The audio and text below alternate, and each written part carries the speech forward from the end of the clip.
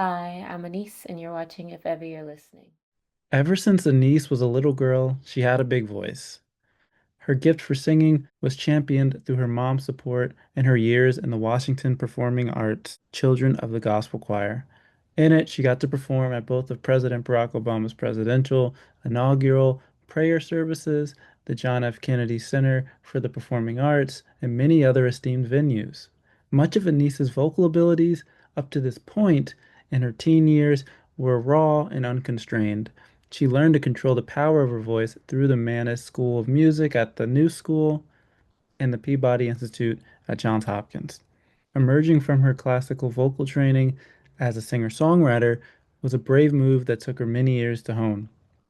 With memorable projects like her 2025 EP for Dreamers, she established herself as an emotionally dynamic songwriter with an expressive vocal range that hovers nicely over soothing soundscapes. As a title upload headliner contest winner, she is also one of just 10 prestigious artists who have been rewarded the $100,000 cash prize. We dive into the exact moment she found out she won and what the win means to her as an artist. In our chat today, we also walked through her songwriting process, the cabin where her special track Constellations was born, growing up singing in the Children of the Gospel Choir, classical vocal training, and future music to look forward to. Annisse has such an angelic presence, and it was such a gift to speak with her today. I can't wait for you guys to hear the conversation. We also talk about a really fun trip she has coming up and the meaning behind it. So listen closely all the way through, especially towards the end, and I promise it'll be a rewarding experience. Enjoy the conversation, guys. Hello, hello, everyone. Welcome back to the If Ever You're Listening podcast. I'm your host, Stanley C. And today I'm with the vocalist extraordinaire, R&B singer, Annisse. Thank you so much, Annisse, for joining me today. How are you doing? I'm well. How are you? Good, good. Much better now that we got this going. I know it's been a long time coming, so really, really excited to dive in. There's so much to talk about with you and your extraordinary career up to this point. I want to start actually from the beginning, though.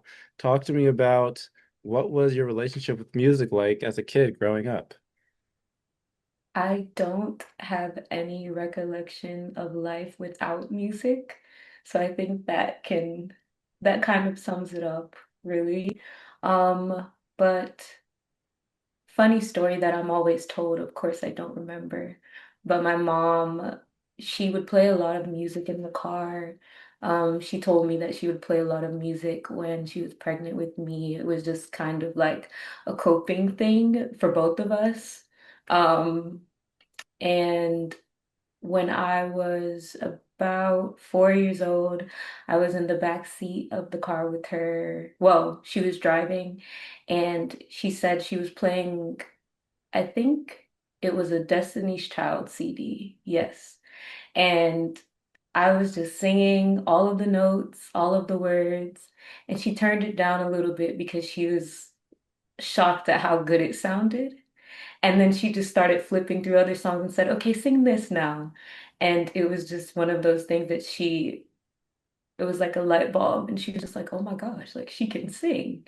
And it was kind of just history after that. She started taking me to different CD stores, and she would have me listen to them. I remember there was one in my neighborhood that they had areas where you can like put the CD in and listen to it. And I didn't know about music really, so I was just listening to what felt good and what I liked. And I would say, "I like this one." And she would listen to make sure it was appropriate. And then be like, "Okay, we could do this one. We can go for this one." Um, and yeah, she just took me home and she really nurtured it from then on. It was just uh little rehearsals with me and her in my basement, and she would say, "Okay, this week I want you to learn that one." And then I would come back and learn like two of them. And I was moving really quickly, and by the time I was around 8 or 9, she was looking for programs to start to put me in because we had already um, done a whole bunch of performances just at church or like my community center or anywhere that she could get me on stage to actually put what I was practicing into practice. Mhm. She did it, and we found this program called Children of the Gospel, and it was a part of Washington Performing Arts, which is still in existence. Um, and I kind of took off from there. I learned so much at the camp. I went from age 8 to 18, so I went every year. Um, and when I was around 9-ish, my first year in the camp, uh, there was a newspaper that came to do a feature on the camp and the kids, and I happened to be one of the soloists that day in a soloist clinic that they were having in the camp. And they wrote all about me, which was a shock to me and my family. Um, and then it just kind of catapulted into there. Like I was able to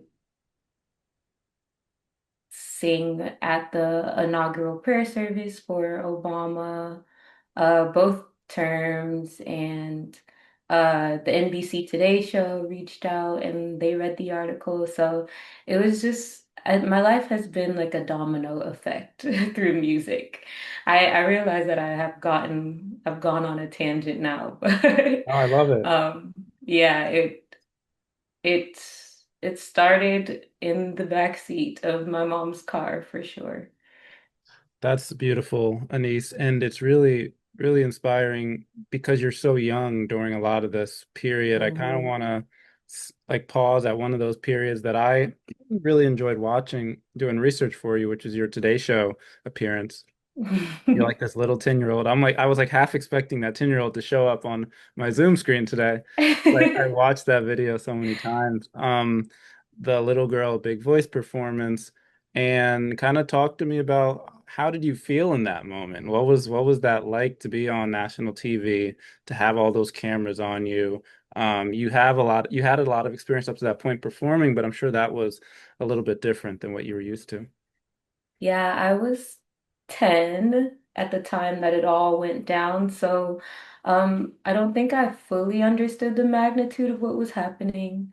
Of course, I understand it a lot better now, but to be honest, I just thought that they were really interested in the camp and the program and that they were going to all of the kids' houses and going to all of the kids' churches and learning about everyone. So for me to get there and realize, oh, this is about me, um, it was a shock. And I was very, very nervous. But my mom was there with me, and my mom is my rock. So um, she was shocked and confused too. But she got to a point where she's just kind of like, this everything happens for a reason, you'll be okay. She always spoke to me, she never really spoke to me like I was a baby or like I was a kid. Um, she would say things to me like, to whom much is given, much is required, and you have this gift and you're my gift, and now it's time for you to go be everyone else's gift, and I have to help push you to through and to that. Um, so she gave me some of those encouraging words, and I know everyone loves the part of the video where they're like, "What inspires you?" And I'm like, "My mommy." 'Cause A, I didn't know what to say, and B, it was the truth. Yeah. So, No, it was so um, good. It was so I rewatched that part a couple of times because it's like you could tell you meant it. It wasn't like mhm. you weren't lying. But it was just so raw and so real that it made that performance even more beautiful for what came after that. I want to talk before you start making your own music, and you could like tell me if you were making your own music actually during this period, but I know you were also studying classical voice at a couple schools, Peabody Institute, Mann School of Music. These are really, really like esteemed, well-known schools for music. Talk to me about what was that experience like, and what did you learn through some of the things that you like classes or things you learned there? So honestly, I feel like I have to backtrack a little bit because it Mhm. really started in Children of the Gospel and being in that program. And I really developed a power. I've always had a powerful voice, but it got super developed being in that program. And then it became a matter of me wanting to learn how to control that power. So I started taking voice lessons for the first time around 16, 17. I had them off and on when I was 9, 10, 11, around that age, but I really dug down. Every week I was seeing a teacher around 17 and uh, to be honest, I was very behind. A lot of the people in the opera world and community, I learned when I got into it, they had been taking lessons and studying classical music since they were 10, 11, 12, or um, as early as they could. And I was very late. But I really just committed to it, and I committed to not letting that hinder me from doing what I wanted to do, and that was train and really, really master my craft.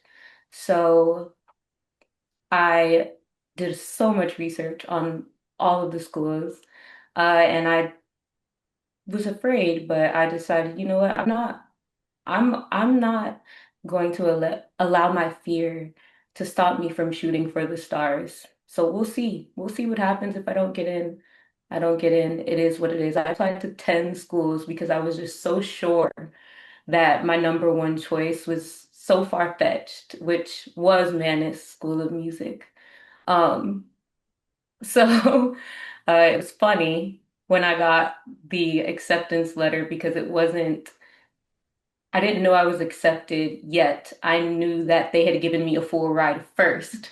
So, Oh, so they sent me, there was a whole competition in the school to make a video, just explaining who you are and your talent. And they sent me an email. I was sitting in a history class, I'll never forget it. Um, and they told me that I was the recipient of the full scholarship for that term and I hadn't gotten an acceptance letter yet. That came the next day. So that was really funny. wow. But it just kind of showed me like when you get to this school, it doesn't matter what you find. Um, and you're probably going to have moments where you feel like, do I belong here? Which I did a lot.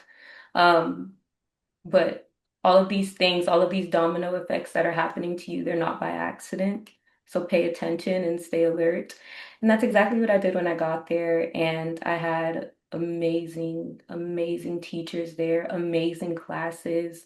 Um, Not just from technique and coaching and building your voice, but classes like the entrepreneurial musician and just classes that are not really deep into building the technique of the voice, but just the environment around it that have helped me a lot and um, I think have driven me to where I am now. So I I'm really happy that I went to school and I did that because sometimes I have the tendency, just in thinking about where I am now as a singer-songwriter, to question if I wasted time or if I lost time or um, where I could have been now had I figured out what I wanted to be then.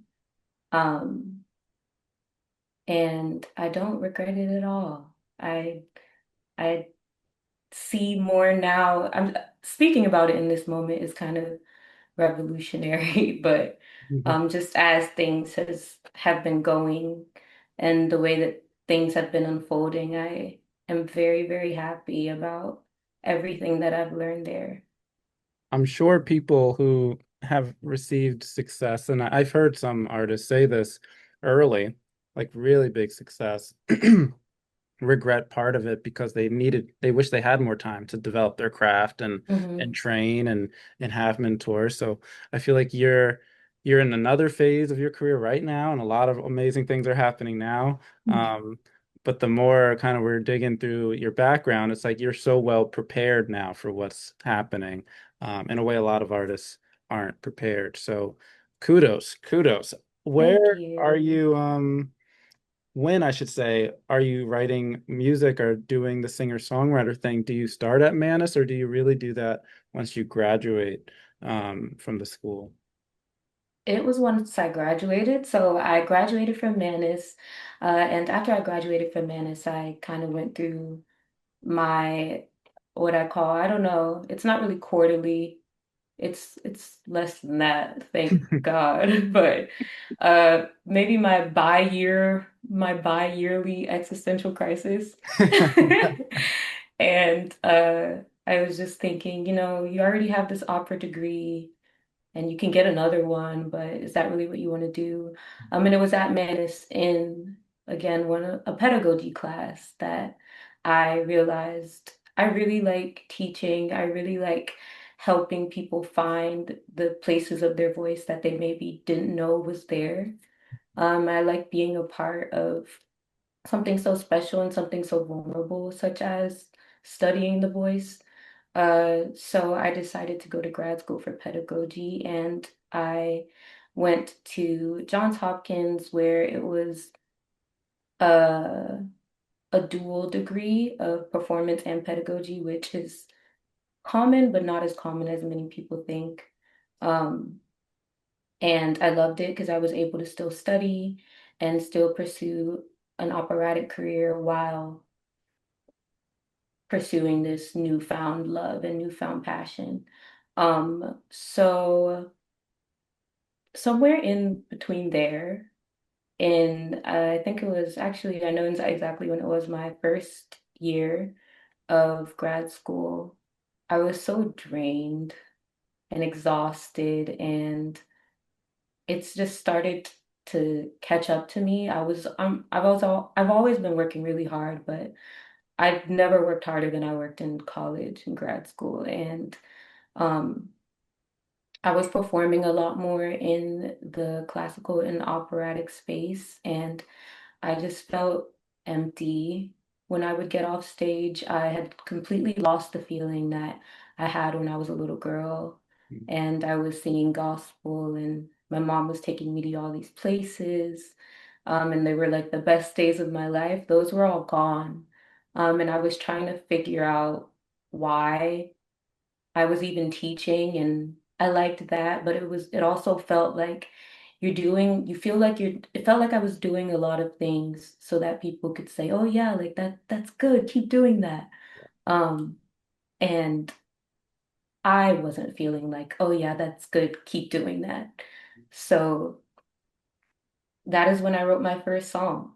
And I I was actually in my house, and it was around February, March, whenever the world shut down. There was a day that this was 2020, and there was a day that we were sent home from class early and we never went back.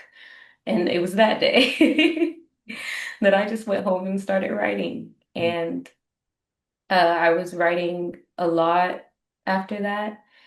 And the feeling that I had been looking for and that I felt like I lost came back in that writing process. And I was feeling that fulfillment that I was feeling when I would get off stage, right in my living room, just writing and singing and playing with sounds, playing with my voice, playing with all the different things that I have learned up to this point that it could do. And I never stopped from then. It was that aha moment, like you found it. This is it all along. Wow. That's powerful. And there's a lot of bad stuff that happened during the pandemic, but I've seen a lot of great things come out of kind of the time that it gave a lot of people to really realign with their purpose and find um, things that really make them happy and that they're passionate about. So I'm glad you found that that space to do that for the music that was coming out, and you're writing songs, you're feeling inspired. Talk to me about um the EP for Dreamers that comes out later, but kind of talk to me about the build up to releasing that project. Kind of how are you feeling with the releases and the reception? What is going through your mind during this period? Kind of what's the reward for you at this time? The For Dreamer time or just leading up to it, all leading of it? leading up to it, and then we'll get to For Dreamers. So kind of talk to me about leading, because that's a couple years down the line. I realize like Yeah. that's years later. Let's get to that For Dreamers. Before that, how was the reception for your music? What are you feeling rewarded by? I was definitely feeling rewarded by validation. I was looking for people to listen. And at that time, there weren't many people listening. Definitely not as many as now, but even with just one or two people that would reach out to me and say, your song got me through X, Y, and Z, or um, I was listening to your song and I was having a really, really bad day, or I was having a good day and this made it better. Just being a part of people's day and being a part of their positive experiences, uh, it put things into perspective for me. And it showed me that the validation that I was looking for was a lot different than what I thought. I thought that I was looking for people to say, "Oh, you're such a great writer," or, like, "Oh, this is such good music. Did you just start?" That kind of stuff I felt like I was kind of looking for. But then when I got the other stuff, I realized like, okay, yeah, that was very surface level. You're so much bigger than that, and this is so much bigger than that, so much more important than someone like patting you on the back. Um, and to be honest, I was not getting as much of that validation as I wanted in the beginning. Um, and I think it was just because I was focused on it too much. I Mm. was focused on the wrong part of the validation. Um, and it frustrated me, but it also drove me to keep writing and get better because immediately in my brain I started thinking, well then you're not good enough yet. Like, you just started, you're not as strong of a writer as you need to be to get the response that you're looking for. And so I just kept going, kept writing a lot of bad songs. And for every like five bad songs, I had one good one. So I started to pay attention to those things more and pay attention to how my writing was developing and how things were sounding better. I was liking things a lot better. Um, and I think that was like a big key too. I was paying attention to what I was liking a lot more instead of waiting for someone else to tell me that they liked it more or that it was better. I was able to say, oh, I like this better, and kind of cater to what I wanted and what I was feeling. And that made all the difference for me. And I started to commit myself to making plans and putting myself under timelines and deadlines. And even though I was and am an independent artist, I knew that I had to move like someone with a team, move like someone with a label, and have some kind of infrastructure going.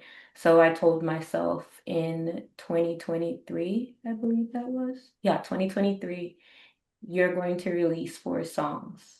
You can spread them out however you want to, do it however you want to, but you're going to do it and you're going to do it right and you're going to share them. You're going to talk about them. You're not going to be afraid and you're going to put yourself out there. And that's exactly what I did. And I've been putting myself out there ever since. And then we fast forward to 2025 and we had Four Dreamers. So, Wow. yeah. Wow. Okay. So you really, really start to figure out more of like what the frequency for yourself works. Like how much can you put out? what's the quality for what's the bar for yourself in terms of Hmm. quality that you want to reach? And do you also build a team out, or are you still doing it like 100% solo? How are you getting support either like on the marketing end as an independent artist or on the song making end? Where do you find people that could help or support you during this time? I have definitely collected some friends along the way and just people that have believed in me and have just reached out and said, hey, like I want to be a part of this and we figure it out and we do it together. I'm still pretty much doing everything by myself, me and one other person, or sometimes when my friends are around, two or three other people, we're kind of like a little support group at this point.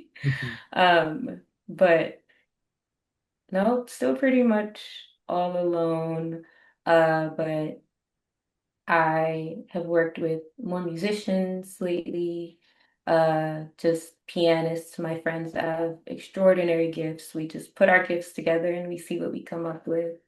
Um, but other than that, still figuring it out. Oh, that's amazing. That's amazing. You've been doing such great work, pretty much solo. That's a testament. And a lot of artists are like that. A lot of the viewers for this podcast are independent artists, are people that are trying to do it, and they're on the early stages. So it's good to hear Hmm. somebody at your level still. It's like, hey, I'm still figuring it out too. I'm still soloing it out. For dreamers, talk to me about the decision to make an EP versus dropping a song. Really like this EP. It's like a little taste. I was Thank like, oh, I you. need the album. I need the album now. I was just playing. Now I'm like looking through my phone. I was playing a lot of it before this call. And I'm stuck on lessons. I just keep playing lessons. Oh, that Crazy. makes me so happy. Crazy song. Highly recommend if you're watching this. Play, you could pause this interview and actually play that and then come back. Because I want to talk to you about making this project. It's four songs, about 10 minutes, but it's this beautiful, dreamy, like R&B soundscape. I feel like I'm on a cloud listening to it. What was the experience like for you writing and creating this project for yourself? And how was the reception? Was it what you wanted, on a personal level or external level? And yeah, how do you reflect generally on the project? Like many of my songs, or I can say projects now, it was very healing, a very healing and therapeutic experience for me making it, writing the songs, of course. All of the songs that I write are stemming from something from somewhere. Um, so that is the overall feeling, and that was the overall and is the overall feeling still when I listen to it and when I was making it. I'm trying to remember the rest of your question so that I can answer everything that you Yeah, no, you're said. good. It was kind of like, why did you decide to make an EP at that time? Because up to that point you're releasing singles. Yeah, And so it was like what happened in 2025 where you sat yourself down and you're like, Annisse, we're making an EP this year? Or was that the plan for years up to this point? that was definitely the plan for years up to this point. I wanted to make an EP, but I feel like I wasn't quite ready yet, and I was very aware of that. And I paid a lot of attention to my development and where I was going, Mm. so that I could have that discernment and be able to make that decision and know that I am ready or not ready.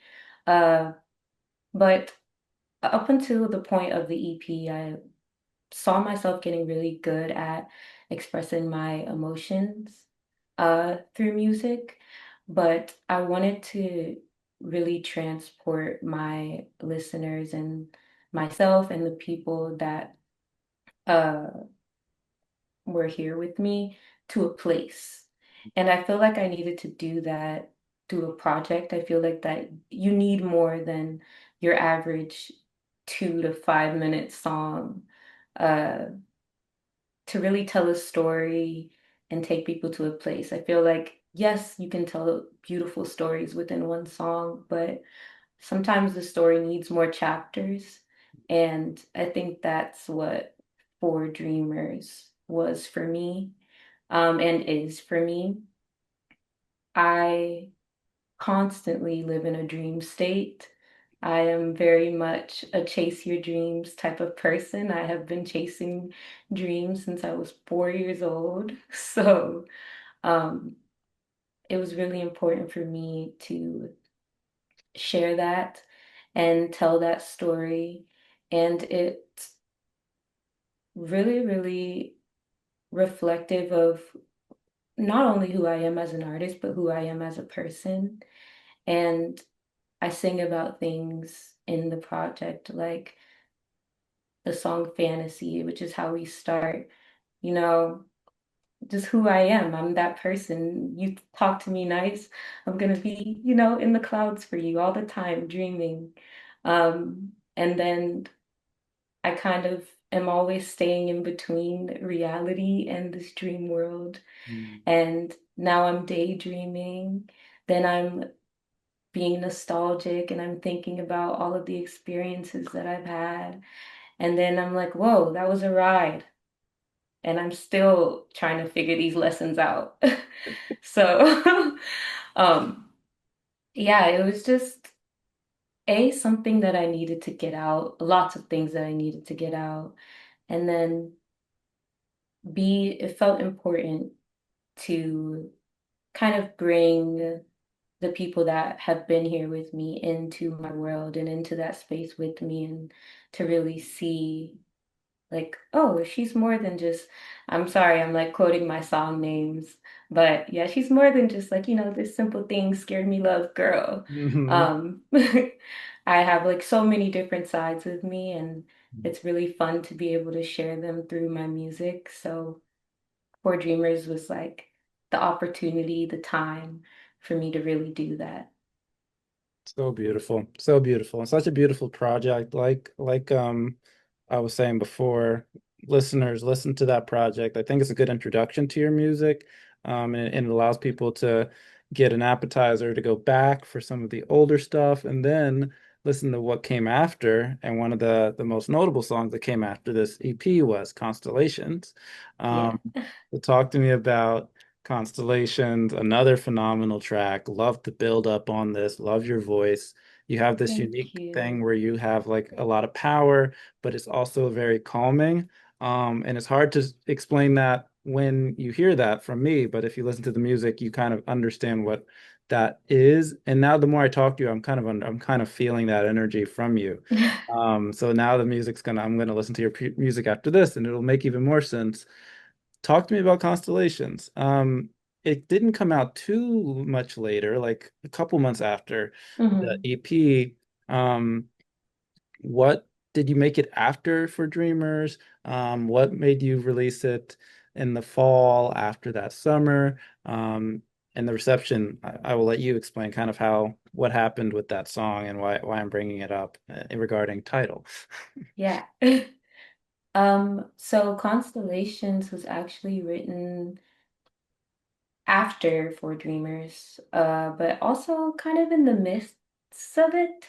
I think the last song I wrote for Dreamers was Daydreaming, and Constellations was maybe like 2 or 3 weeks after that. I wanted to release Constellations actually in the summer on my birthday because it was kind of indicative of me figuring myself out and I'm turning a new year. Um, it just felt like that was the day.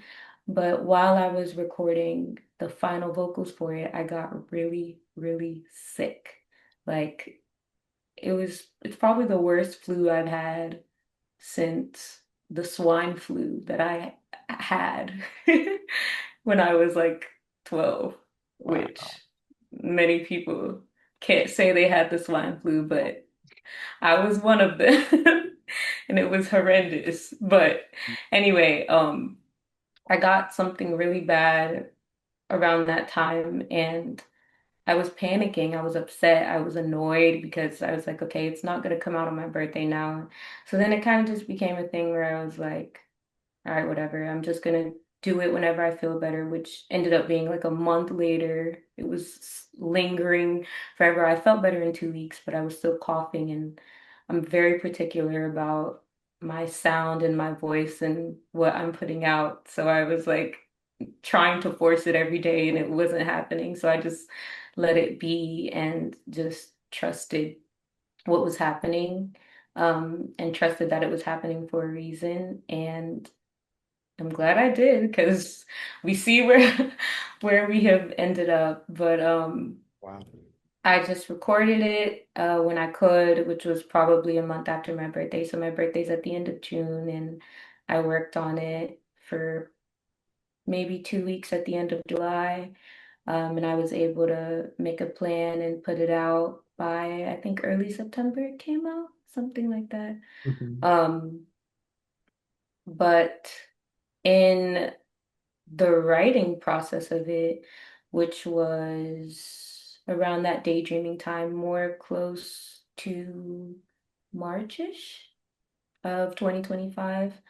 It's actually the most interesting origin story. Most of my songs are written right here where you see me sitting right now. Nice. But that song, I went on a cabin trip to the mountains with a bunch of my friends, those same friends that are probably holding lights in videos that you don't see them in.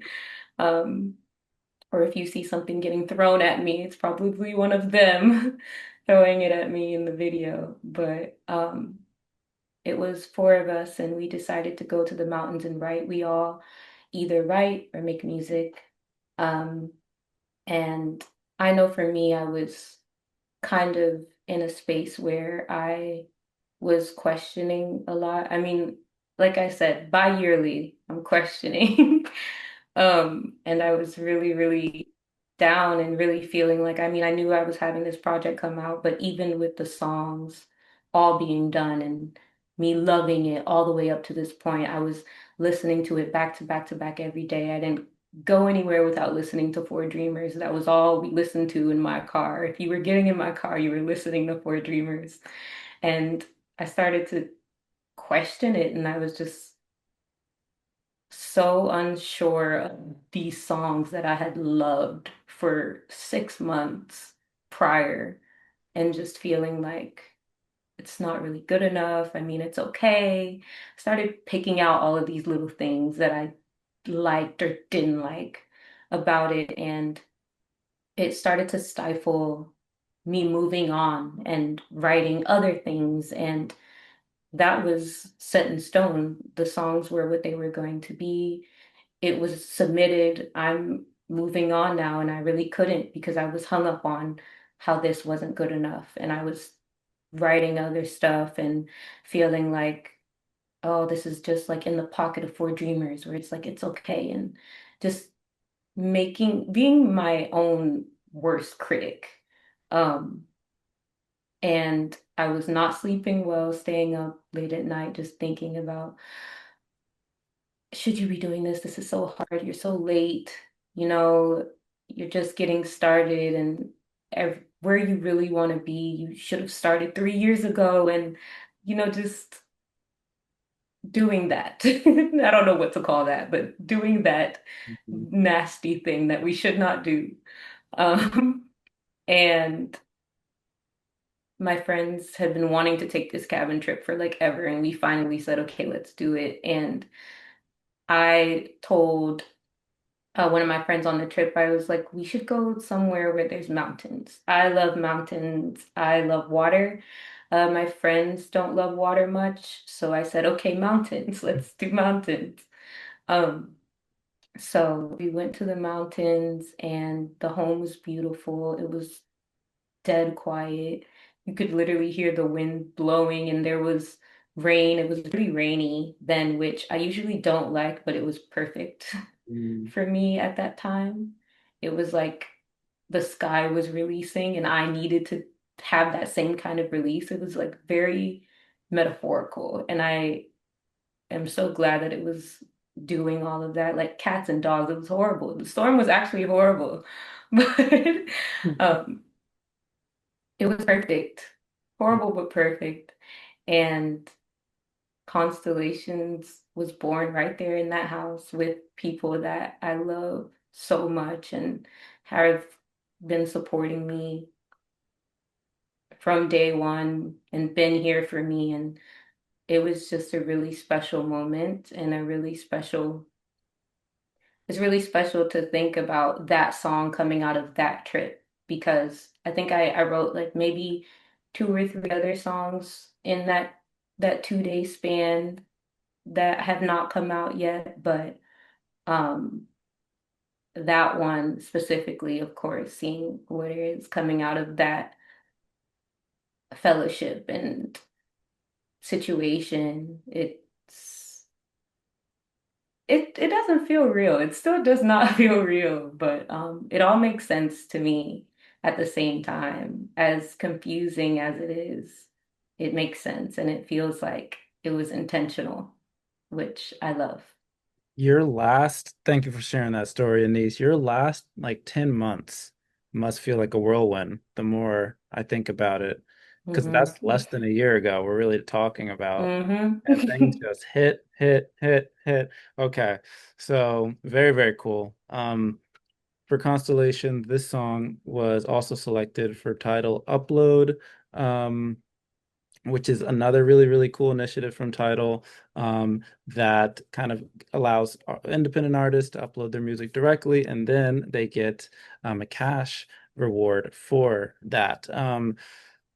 Did you expect that? Kind of what did you know for that process when you uploaded that song that this would happen for Constellations? How did that ch reception change from kind of other songs that are EP, the EP that you released not that long before? I did not expect that at all. I was very shocked when it happened. When I uploaded, it was just a matter of me uploading the last song that I had released. I just uploaded the last one, which was Constellations at the time. Mhm. And I didn't think anything of it after that. I mean, you know, I feel like any independent artist can relate when I say like I'm uploading to a lot of things all the time. Oh. So, you know, it was just another one of those things like where you upload and then you try to forget about it. You don't try to think about it too much because then that's when you get yourself in trouble and you start to paralyze yourself. So, it was definitely one of those things. And the first thing that happened was I got playlisted. So that happened months prior. So this was Constellations was in September. This is a little bit after that, sometime around then. Um, and then I got playlisted and I'm excited because at the time, I think it's changed now, but at the time you get $100 a day for every day that your song is on the playlist. Oh, So wow. I'm hyped. They have already done more than enough for me. I'm so happy and I'm so excited. And then I'm seeing all of these other amazing artists that I admire in the playlist with me, and I'm just like, wow, this is so cool. And that was the end of it. At least I thought it was the end of it. Um, and then fast forward to January. I mean, I saw that they were, you know, releasing uh information and promo talking about the fact that they were doing this upload contest and all you had to do to be considered in the contest was upload. So in my mind, it's like, okay, you already uploaded, you know, life continued. And then that fateful day came and I'm getting an email and the email was just hey, can we talk on Zoom? I don't know what I thought it was about. Honestly, I thought maybe it was just for me to talk about my experience in uploading because I had already talked to someone else about the experience from Tidal and just shared my journey in the upload, what I felt about the process. it was it felt very like we want to make this better for independent artists, not we're about to change your life. So, I was still in that space of like, oh, I'm just helping them Mhm. make it better for everyone else. And that is what I thought when I got on the Zoom that morning, and immediately, um, the woman said to me, her name is Tanya. Shout out to Tanya. Shout out Tanya. She said, check your Cash App. That was how we started. And What was your reaction? Walk me through, take me there. You're opening up your phone. You're like, all right, what the hell are you talking about? yeah, exactly. That is exactly it. I was just like, okay. I was confused. Um, and I immediately, like, my jaw dropped. I was in shock, just in shock. I felt a rush, like my body felt hot, Mm, very, very hot. I felt a rush of what I think that heat was just gratitude. I felt very grateful, lost for words. I did not know what to say other than thank you and that I was grateful. Um, And then they started asking me questions after, and I'm just sitting there like, you're not there. I can't tell you anything I said after that because my brain was about to jump out of my head. It was so much happening. Um, and then I got off the call and I cried for 20 minutes straight. I just could not stop crying. I called my mom. She started crying. That made me cry more. Yes. I And wanted to she was ask at about your mom. work. Yeah. Yep, she was at work and she was just going around telling everyone in her office and just crying because I mean, she was making a bit of a commotion.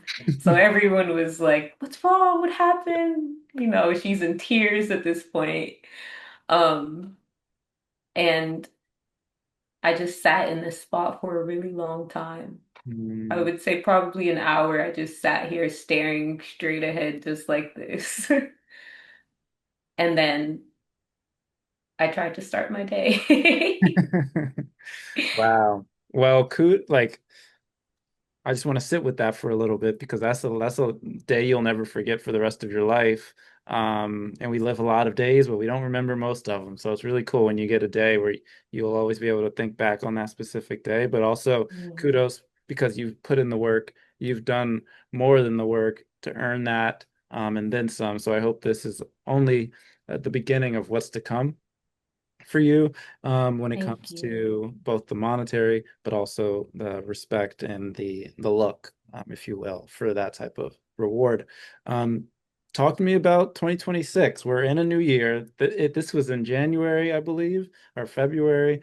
So it's kind of early in the year. What are you Yeah. looking forward to this year? What is in the pipeline for Annisse? Yeah, I'm looking forward to my sophomore EP. Woo! Very excited about that. Um, I haven't said it anywhere, so you'll hear it here first, but it's called For Growing. And I think For Dreamers is more of the dreamy version of me, the one who's still sleeping. And For Growing is still me, but now my eyes are open. Hmm. And um, I was in the clouds a lot in For Dreamers and floating and thinking about what was.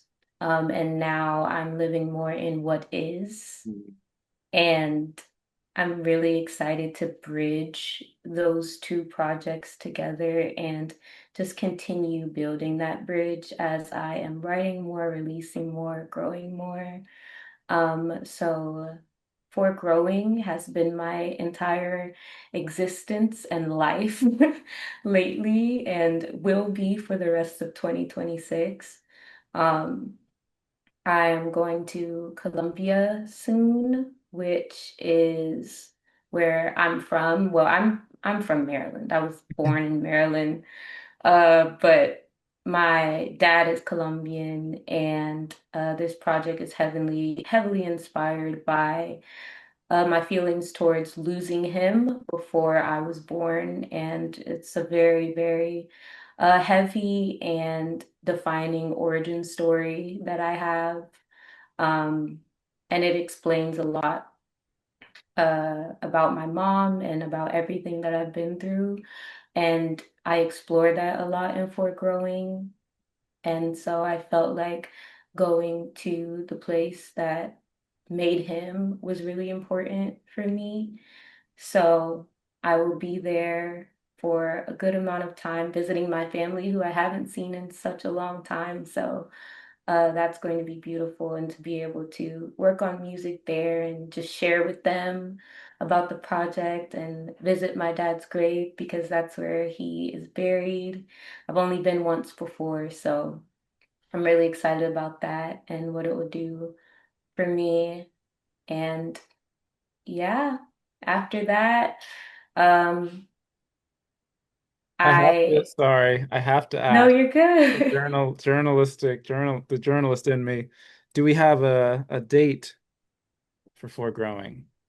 Um, Um, or a season? Are we thinking the spring, the summer, fall 2026, or can you not say yet? I can even give a month. I am praying, hoping, shooting May. Okay, nice. Yes, yes, May. Um, so I've already started it now, but something that I have been really nervous but really excited about that I'm doing and have been planning for actually, well, yeah, I've already started it, is just taking my audience with me through the whole journey, which is really scary for me because I'm just naturally quiet about the way that I do things, not just in music, but in everyday life. So I am seeing and using this opportunity that title has given me as kind of like my wake-up call to do things differently and to push myself out of my comfort zone. And I am taking my audience with me every step of the way. So I will be taking them to Columbia with me. I am sharing everything that I will be doing with the 100K, as far as my artistry goes and how it's being allocated, every single step. I'm documenting everything and I'm sharing it all publicly. So that's pretty scary, but it's also very exciting and it feels necessary. Um, it almost feels like I would be doing a disservice, not only to myself, but just the community that I'm trying to build if I didn't share it or if I did do it quietly. So that is something that I am excited to. I had to tell myself, you're excited. You're scared, but you're excited too. Yeah. I'm excited to do all of 2026 and to be able to get in rooms with these people and go on tour and meet them in person. I have so many people that reach out to me on a daily basis and share stories with me that I feel like they haven't shared with anyone else. And I'm just like, all of this means something to me. All of this feels intentional. It feels purpose driven. Um, and it's my time to give that back and to be there physically, not just this person online, this figure, but this real life human who feels exactly what they feel and sees exactly what they see that may, put them into these spaces. And they put me into those spaces too. We're in them together, we're figuring it out together, and I really am excited to be able, thanks title, um, to get into these spaces and share them with all of these beautiful people who have been sharing so much with me. That's so exciting, Anise. I cannot wait. I'm gonna be watching whatever, however you're going to be sharing this information every step of the way through Columbia. So Yay. really, really, really excited for that. That's going to be a life-changing trip for you, it sounds like. And are you going to go before or after the release of For Growing? Are like pre-May or post-May? Before. Pre. Ooh, also soon. Okay. Yes, yes, Ah, very soon. okay. So I caught you right in time. Okay. Yep. So is everything kind of booked? This is a very logistical question, but is everything kind of like booked and ready to go? Or are you still like Yep. prepped? Ooh. We're booked and ready to go. I'm still prepping some of the logistical things, Yeah. like uh, something I haven't done in a really long time, which is teach. My cousin, he's in a conservatory program in Columbia. He's studying voice, which it just makes me so happy. But he has been asking me to do a master class at his school for the longest time. So I don't know if I'll be able to do it. We're working out the logistics of it, but I am hoping that I'm able to. Like, that's something that I'm very excited about. Um, but yeah, it's all booked. I'm gonna be there. It's just a matter of where I'm gonna be there. I'm so excited for you. I'm so happy for you right now. That's amazing. That's amazing. And you're going to be there Thank for you. a considerable amount of time, it sounds like. Yeah. It won't just be for a couple days. You're there, but it sounds like maybe months. No, maybe a couple Okay. weeks. Still, that's a lot. Yeah, yeah, A yeah. lot of The time. last time I went was a month, but it's just one of those places like you have to be there for a Yes. long time. Like you can't, it's not gonna happen in 5 days. You'll miss more than you see if it's only 5 days. hmm Oh man, that's exciting. Okay, so for growing, just to reiterate, for growing dropping this May. We Yep. have a very, very life-changing trip to Colombia coming up, which is still connected to foregrowing and to the type Yep. reward. So everything is kind of streamlined. So if you're a fan of Annisse, now's the time to follow your Instagram, follow the socials. Um, will it be like a live stream or how are your like videos like YouTube? Like how do you want to, or is that still being planned out? How do you want to share your journey?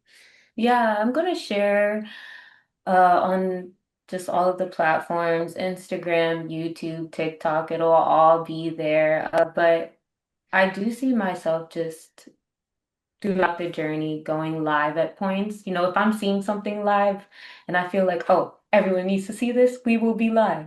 But yeah, for the most part, I think I want to build it as more as like an archive, uh, not only for myself, but just so everyone can see it, come back to it, that kind of thing. So it will be all on my platforms, Instagram, TikTok, and YouTube. Hell yeah. Hell yeah. If you're not following her, today is when you start. Um, because there's about to be a lot of really cool stuff coming up on there. Wow. Okay. Love that so much.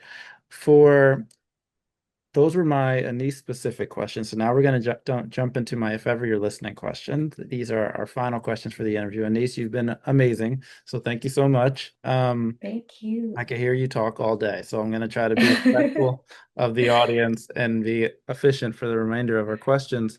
So these are questions I ask all of our guests. They're kind of a random group of questions that I then select for the artist.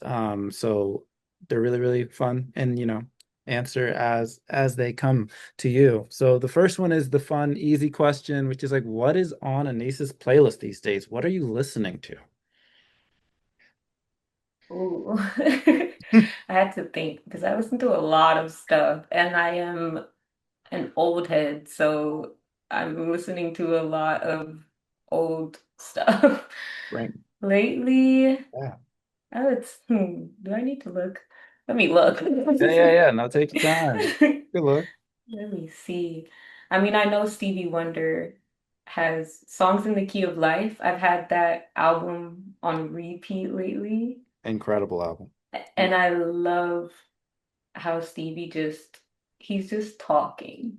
He's just talking about what he feels. And Hmm. I really like that. I've been listening to Ooh, Aretha a lot.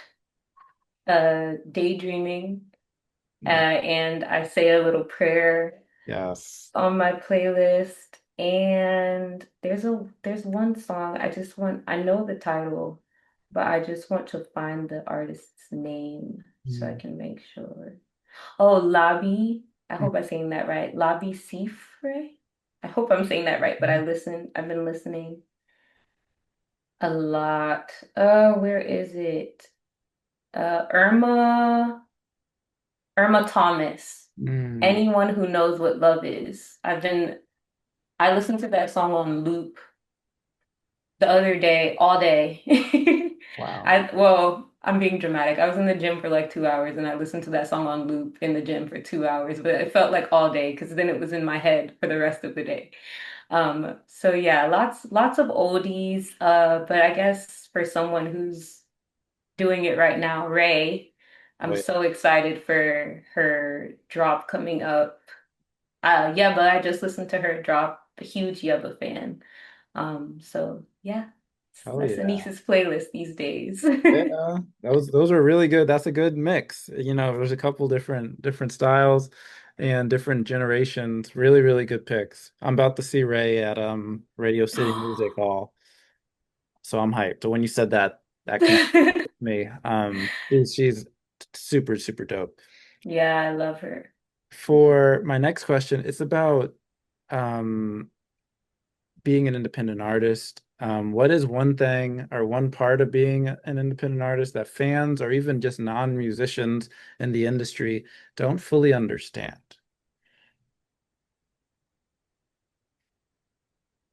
Can you ask me that one more time? I want to internalize that. Yeah.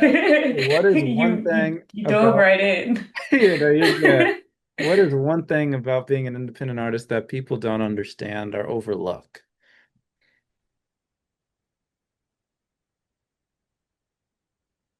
I think the one thing that we all overlook, and I say we because I'm putting myself in there at all times because I'm right there with all of us, um, is that we're all figuring it out.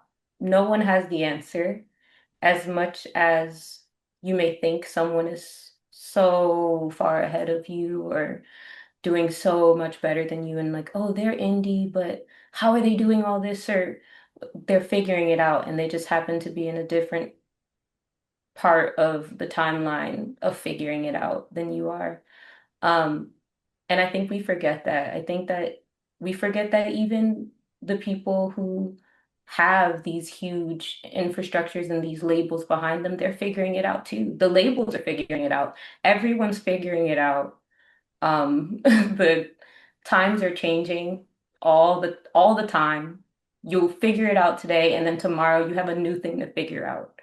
Uh, so I think that that's something that we need to practice being mindful of and showing ourselves grace because it's a long and hard process and it's going to continue to be long and hard. We just have to know that there will be reward Mhm. throughout the long and hard, and we need to celebrate those rewards when they come.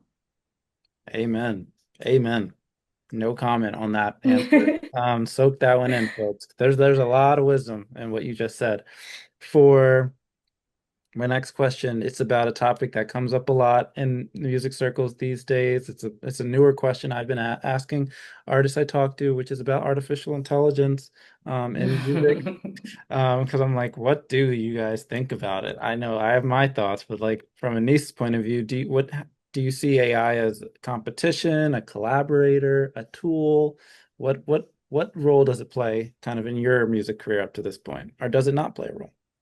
I would love to hear your thoughts as well, Yes. but I definitely don't see it as competition at all, especially someone like me where my artistry, my voice, everything about me is so emotionally rooted. So. I mean, unless they learn how to code emotions into the the AI, I don't, even then, I try not to see anything as competition in that way.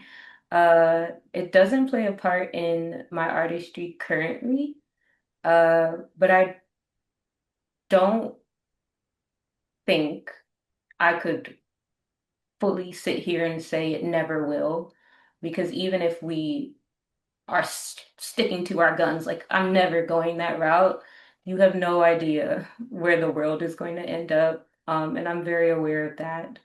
But I do think that it could be a tool in different ways. For example, I think about just the way that it's able to mimic certain sounds, or just like in the demo world for people who write demos and things like that, because that's something that I have thought about venturing into at some point in my life, writing for others. I gotta heal within me first, but writing for others. Um, I think that it could be a very helpful tool in that lane. But as far as emoting and taking the place and replacing, I guess, just like the natural progression of writing a song and putting your emotions into it and putting your sweat into it. Um, I don't see it doing that ever. I'm scared for the day that technology gets to a point that it's able to do that. But um, yeah, I think it could be a useful tool for other things. I'm trying to stay optimistic about it because I've seen so much just negativity about it. Um, and that's something I don't want to subscribe to. But I mean, I understand the outrage too. It's two sides to everything, but yeah, I don't know. I don't see it hindering me or anyone else in any kind of way, unless you let it. Hmm. That's a whole nother thing. So I think that's a great perspective, Anisse, and that you're pretty much reflecting how I think about it. It's like humans want to connect with humans until um unless I should say labels or organizations or companies want to push AI more than real people. But I don't foresee that being a thing. I think it's actually a tool. And it'll make live music way more exciting and way more accessible. And then hmm I get to see you perform, which I hope you perform in New York eventually, but I get to see very, very famous artists perform music when I could, whereas before, like it was equally as cool just to hear them on a CD, but now it'll be even more valuable to see you in person. So I think live music is just going to become really, really premium, really, really exciting, and higher in demand than in previous years, especially in the last couple of years. So, um, Yeah, I did not know you were in New York. yes, yes, yes, I do hope to see you very soon. yes, I'm around. I am here for my final question. This has been a delight, a real honor for Annisse 10 years ago, or somebody who was in your position 10 years ago. So this might have been right after Manus for you or in between undergrad and grad school. What would you give someone in that position in terms of advice? How would you, if they said, "Hey, I really want to be a musician like you. I saw your title thing. I want something like that. But I'm just making music. I haven't uploaded anything yet, but I'm really passionate." What advice would you give somebody in that position? I would tell them and myself to practice discernment and to strengthen your discernment if it's the last thing you do. And I know that sounds kind of like simple but complicated at the same time. But I want to explain exactly what I mean by that. And what I mean is, you know what you're capable of, you know what you want. And if you don't know what you want, that's something that you need to dig deep down and figure out and pay attention to and completely block out any thought or any consideration of what someone else may have told you that they wanted, or someone else may have told you that you're really good at and should do, because ultimately that doesn't matter. And you are going to waste a lot of time following what someone else said that you're good at, um, if that's not what you actually want for yourself. So become discerning in figuring that out and pay attention to what you're ready for and what you're not ready for, and know that it's okay to not be ready. If you say, "Hey, I want to go pitch to a label," but you know you have not written a song yet. Pay attention to those things.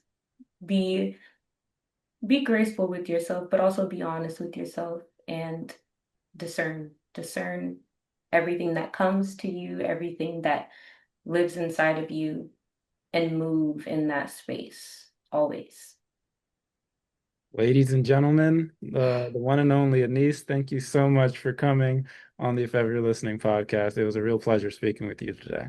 Likewise, thank you so much for having me. Take care.